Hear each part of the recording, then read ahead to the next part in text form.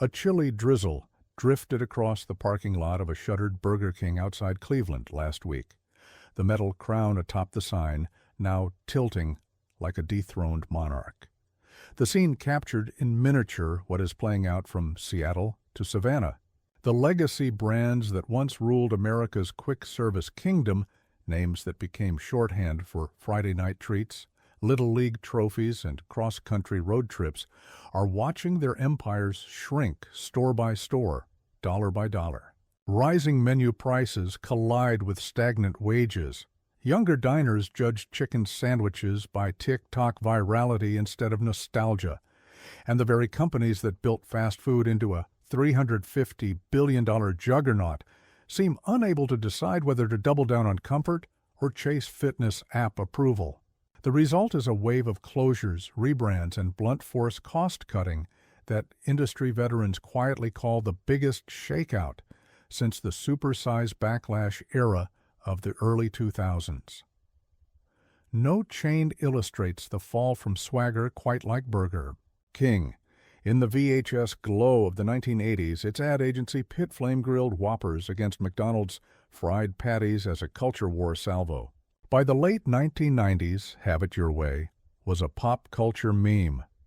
Fast forward to 2023, and internal filings show domestic same-store sales slipping, drive-through times ballooning, and 400 U.S. outlets padlocked in a single calendar year, many of them franchises walking away from leases after kitchen equipment refreshes that never materialized. Focus groups commissioned by Restaurant Brands International, the Canadian parent corporation, suggest consumers now place Burger King in a hazy middle, too pricey to be the value option, too uneven to feel premium, too gimmicky to trust. The black bun Halloween Whopper that infamously turned tongues and other anatomies, bright green became a punchline. The time-lapse moldy Whopper commercial earned marketing awards and simultaneously murdered appetite cues among the core. 18 to 34 demographic, and that plastic-headed king, once meant as ironic fun, polls today somewhere between unsettling and horror movie cameo. Meanwhile, Pizza Hut, whose red roof silhouettes once dotted the suburbia by mini-van landscape, has traded its place as a Friday night rite of passage for shuttered dining rooms and evaporating market share. Analysts at Technomic calculate that between 2018 and 2022, more than 1,000 U.S. Huts went dark, bringing the footprint down to roughly 6,000. Management's strategic whiplash, pivoting from pan pizza to hut melts to sandwich hybrids, confused loyalists while digital native rivals turned free-throw orders into in-app one-click affairs. Abandoning dine-in in favor of delivery looked prescient at the pandemic's peak, yet Uber Eats and DoorDash fees siphoned margins until the chain resembled a revenue sieve.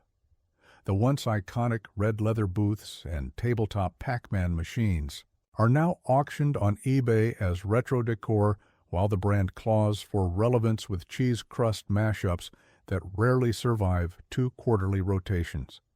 Kentucky Fried Chicken's woes offer a different cautionary tale, resting too long on a mythic recipe while the rest of the coop stages a social media chicken sandwich arms race. Domestically, KFC has bled more than 1,000 stores since 2000. Its share of U.S. bone-in chicken sales has sunk from roughly 40% at the turn of the century to the mid-teens today. Part of the decline is pure competition. Popeyes' juggernaut sandwich launch in 2019 rewired consumer expectations overnight, but the larger culprit is brand schizophrenia. Executives cycle Colonel mascots like wardrobe changes, toggling from irreverent comedy skits to earnest Southern storytelling, leaving diners unclear whether they are buying heritage or novelty. Overseas, however, the same bucket still prints money. In mainland China, more than 8,000 units plug into super app ordering systems and serve as Christmas Eve tradition, reminding investors that KFC's problem is America, not chicken per se. Fort Myers Taco Bell, long a champion of midnight budget cravings, The trouble registers first on spreadsheets. System-wide growth has cooled to a single percentage point, lagging the broader limited service field by 3. Traffic counts compiled by Placer.ai show a 12% slide from pre-pandemic baselines. The once famous value menu that lured broke college students now struggles to keep any item beneath $2. Younger consumers who worship authenticity drift to regional taquerias or Chipotle bowls, while late-night drive-thru stalwarts complain of staffing cutbacks that convert a Crunchwrap run into a 25-minute queue. Add a lingering reputational bruise from the 2006 and 2015 E. coli scares, plus social media jokes about Doritos Locos fatigue, and the bell's clang grows faint. Subway rounds out the drama as the biggest contraction story in modern franchise. History. At its 2015 apex, the brand boasted 45,000 restaurants, more storefronts than McDonald's and Starbucks combined. Then came a 7-year collapse that erased more than 6,000 U.S. units.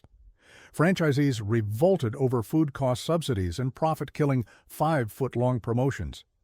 Shoppers revolted after a viral photo revealed an 11-inch foot-long, and class action litigation cemented the perception of shortchanging. Ingredient quality Dove as produce vendors splintered. The Tuna Is It Tuna lawsuit, later dismissed, nevertheless seeded doubt that Still Dog's social feeds. Subway's open any strip mall strategy cannibalized itself until 3 stores might share the same intersection.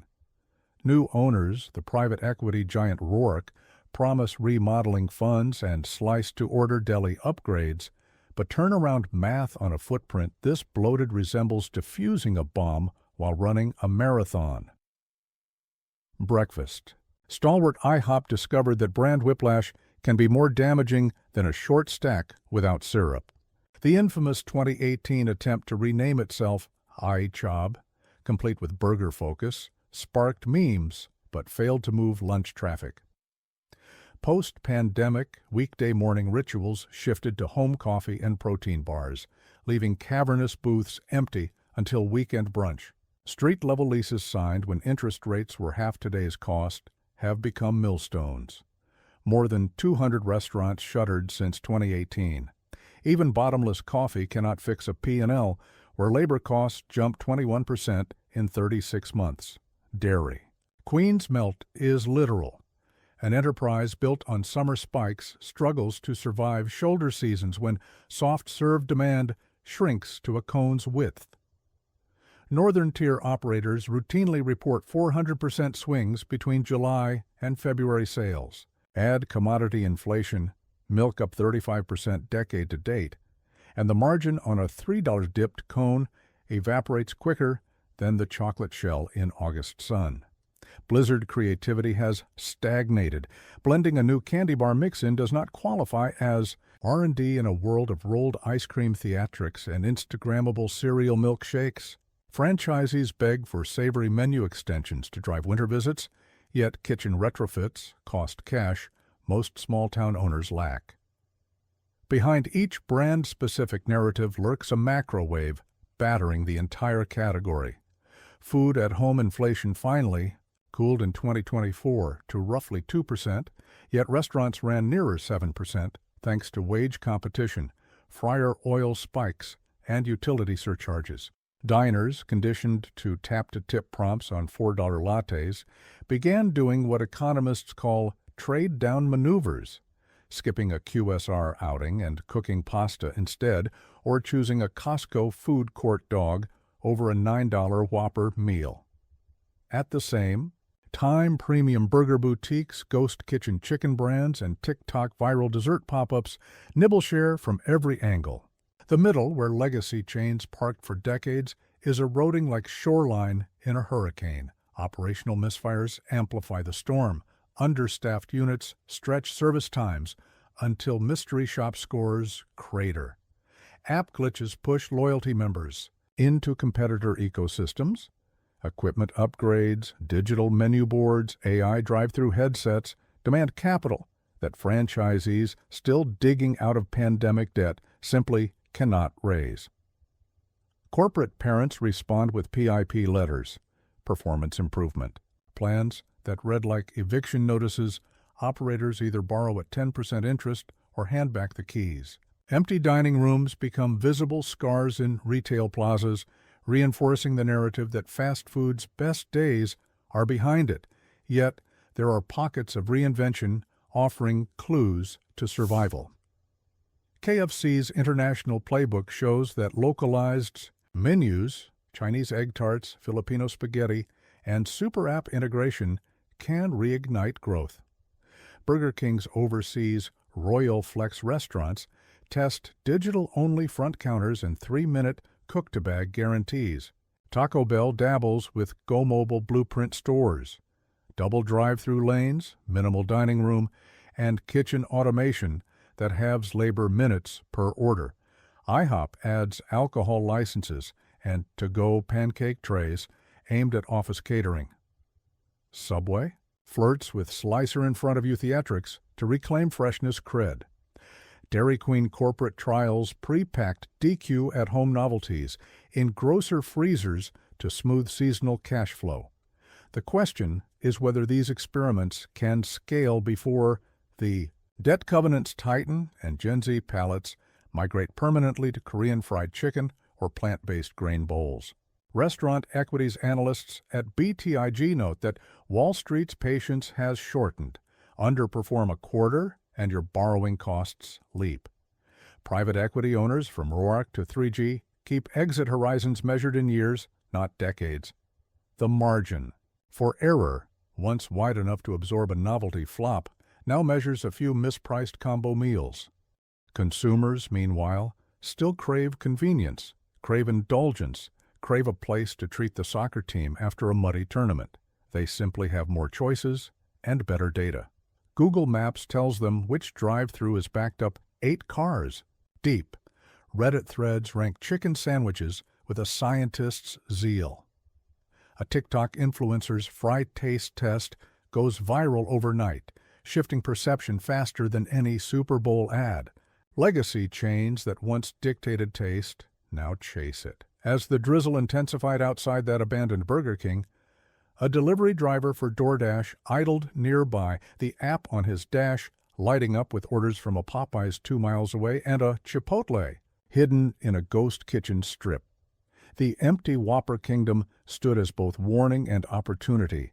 Adapt to new appetites, new price ceilings, new attention spans, or risk joining the growing graveyard of fast food reliquaries whose neon once felt as permanent as the American appetite itself.